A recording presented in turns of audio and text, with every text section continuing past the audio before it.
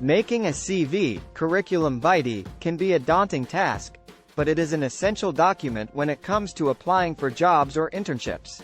Here's a step-by-step guide on how to make a CV. Start with your personal information. Include your full name, address, phone number, and email address. Write a personal statement. This is a brief paragraph at the beginning of your CV that summarizes your skills, experiences, and career goals. It should be tailored to the job you are applying for. Highlight your education. List your qualifications, including the institution name, course name, and the dates you attended. You can also include any relevant coursework, awards, or academic achievements. List your work experience. Start with your most recent job and work your way back.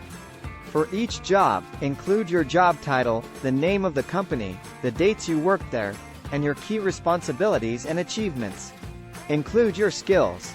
This section is where you can list any skills that you have that are relevant to the job you are applying for. Examples could be languages, computer skills, or interpersonal skills. Provide references. It's a good idea to have a list of 2 to 3 professional references ready to provide to potential employers. Include their name, job title, company, and contact information. Use a clear and concise format. Make sure your CV is easy to read and follows a logical format.